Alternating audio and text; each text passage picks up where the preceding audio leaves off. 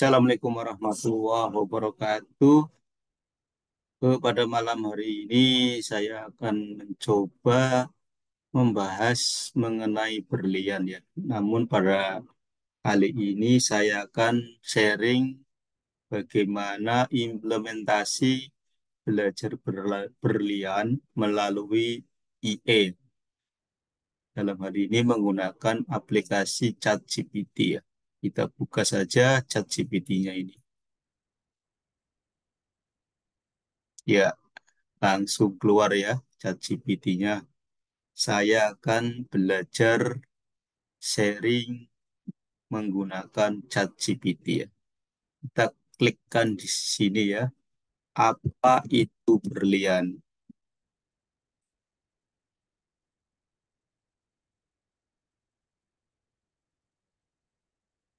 Nah, ChatGPT menyatakan bahwa berlian adalah salah satu batu permata yang paling terkenal ya dan dihargai di dunia. Karena keindahannya, kelangkaannya, dan kekerasannya. Jadi sifatnya berlian itu pertama indah ya. Indah artinya apa? Indah itu enak dipandang mata. Kemudian di sini yang kedua adalah sifat berliannya langka ya. Langka itu maksudnya terbatas. Untuk memperolehnya memerlukan biaya yang tidak sedikit kan. Ya, karena berlian itu terdapat di dalam perut bumi ya. Jadi untuk mendapatkannya memerlukan biaya ya untuk pengeboran. Kemudian sifat yang ketiga adalah kekerasannya.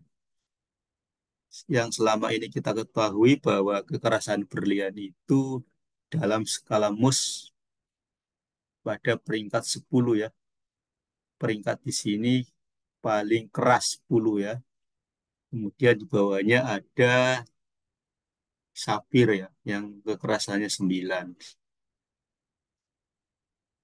Sapir dan ruby ya.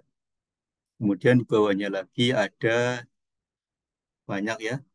Misalnya ada mosanet ya 9,25.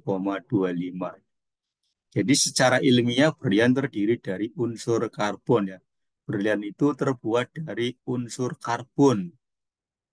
Perlu diingat bahwa berlian terbuat dari unsur karbon. Ya.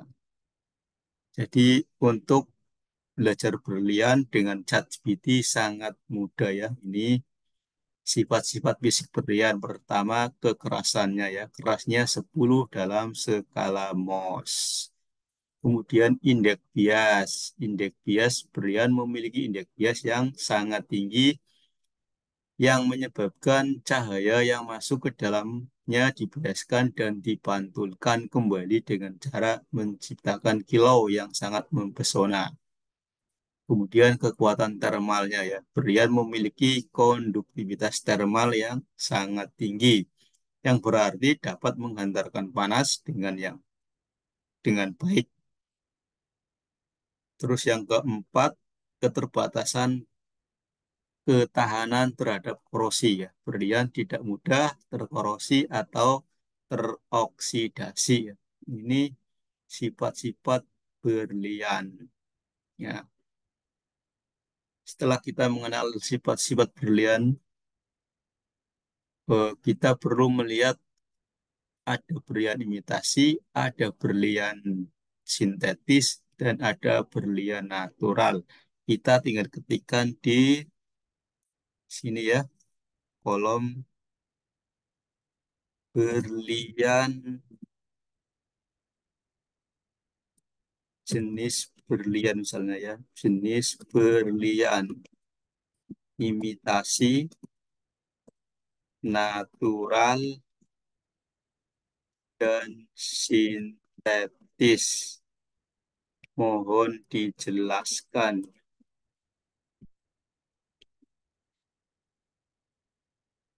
Nah, dari ChatGPT menghasilkan, nah begini ya, berlian imitasi ya. Pengertian dari imitasi itu merujuk pada material yang menyerupai berlian, tetapi bukan berlian asli ya.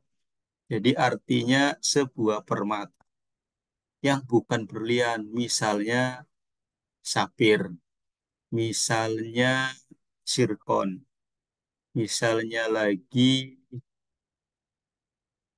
yang mirip berlian ya, seperti Swarovski, namun dibentuk mirip sebuah berlian. Nah, itu namanya imitasi ya.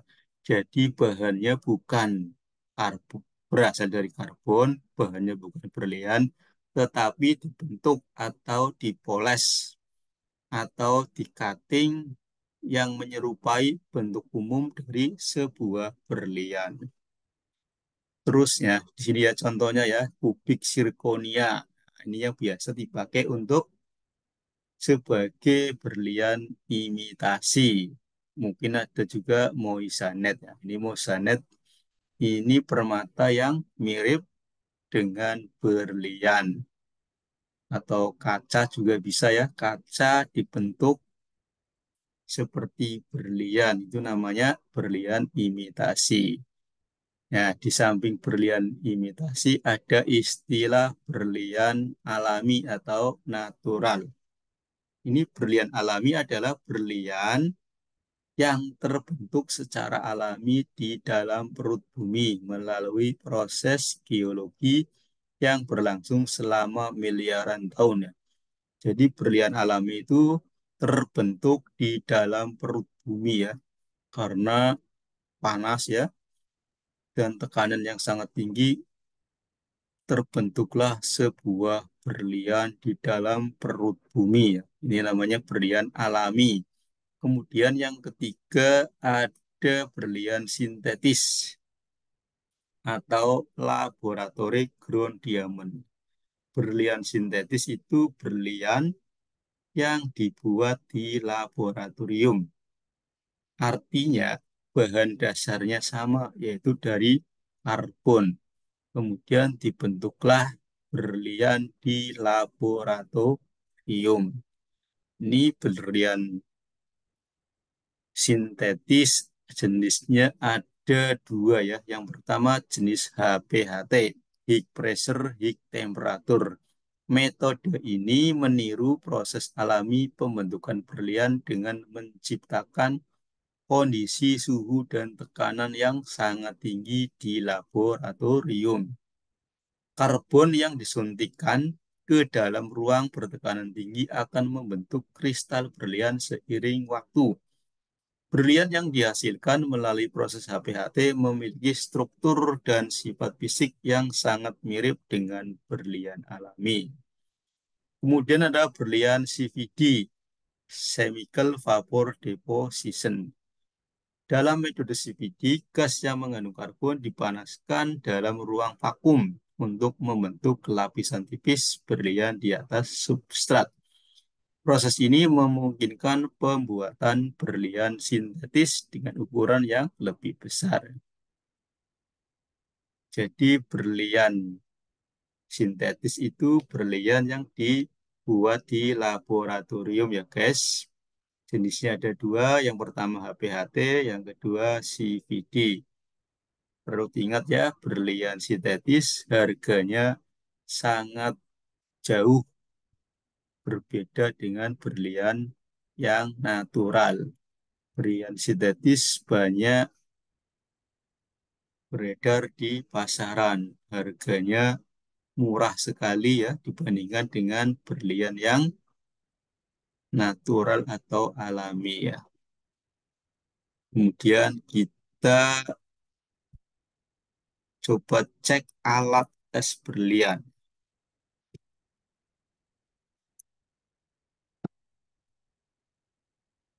Nah, alat tes berlian ChatGPT menampilkan apa? Nah, ini yang pertama menggunakan uji daya hantar panas. Nah, ini biasanya alatnya namanya diamond selector ya. Ini menggunakan thermal ya, diamond selector biasanya itu. Alat uji daya antar panas atau thermal conductivity tester adalah alat yang paling umum digunakan untuk mengidentifikasi berlian, terutama dalam membedakan berlian asli dari bahan imitasi seperti zirkon. Jadi alat yang menggunakan daya antar panas ini banyak kelemahannya ya. Dia hanya membedakan tingkat thermalnya ya. Kalau bahannya yang mirip-mirip seperti mosanet, dia akan terdeteksi sebagai berlian. Daya antar panas juga tidak bisa membedakan antara berlian sintetis dan berlian yang natural ya. Jadi alat ini perlu dilanjutkan dengan pengujian alat berikutnya ya. Misalnya sebuah permata diuji dengan alat yang menggunakan daya antar panas, alatnya berbunyi yang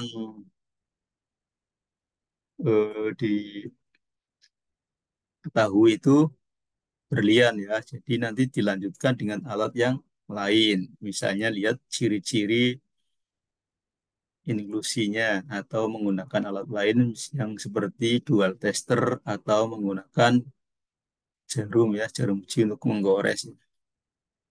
Kemudian ada lagi uji indeks bias atau refraktif index. Nah, alat ini biasanya lebih akurat ya, karena refraktif index berlian dengan mosanet sangat jauh ya, jauh berbeda ya jaraknya. Kemudian bisa daya antar listrik, electrical conductivity test. Ada juga yang menggunakan berat jenis.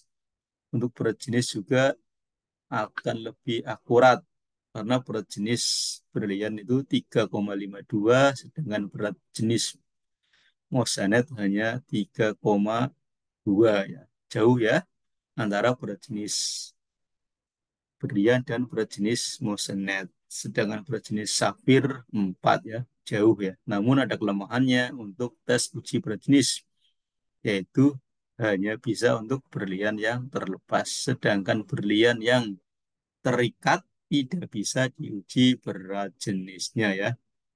Nah, ini sekilas belajar berlian menggunakan chat GPT ya. Sangat mudah ya guys. Mudah-mudahan ada manfaatnya. Nanti akan saya lanjutkan ya dengan topik-topik yang lain menggunakan chat GPT ya. Ya, mudah-mudahan bermanfaat. Terima kasih ya guys.